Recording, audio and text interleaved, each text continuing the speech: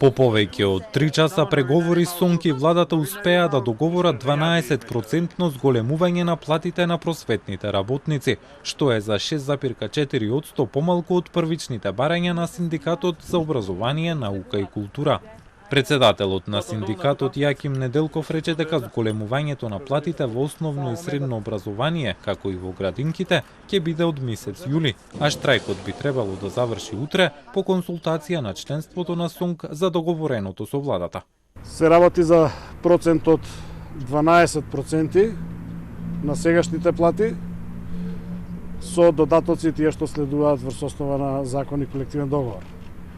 Освен ова прашање беа отворени и договарани други прашања, а тоа е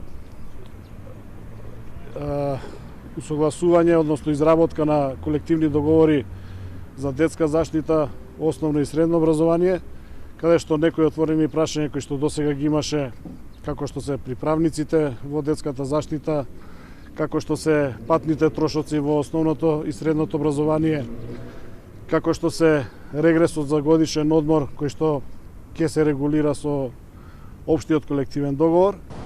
Министерката за труд и социјална политика Јованка Тренчевска рече дека 3,5 часа разговарале со представниците на СУНК и се надева дека од среда децата ќе се вратат во градинките и во училиштата, а родителите ќе можат да продолжат на работа.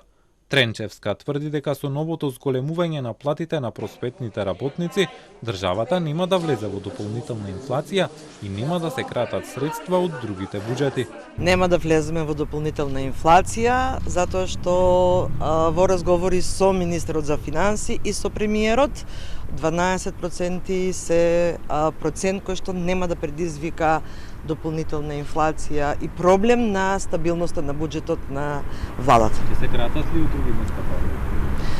Ќе видиме, најверојатно нема да се кратат од други места пари, ќе во рамки на буџетот ќе биде, со ребалансот ќе најдеме средства за овој процент на зголемување на платите.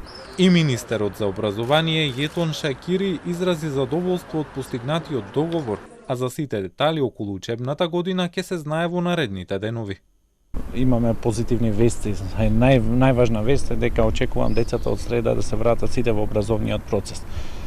Ништо друго не ми останува.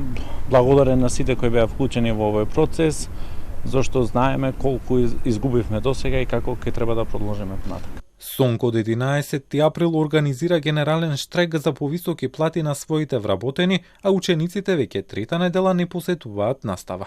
Од владата првично понудија зголемување на платите од 10%, понуда што СУНК ја одби. На денешната средба во владата учествуваше и Сусан Флокен, директор на Европската конфедерација на синдикати на образованието, која претходно изјави дека е дојдена во Скопје за да изрази целосна поддршка за СУНК и да му даде поддршка во изнаоѓање на решенија во преговорите со владата.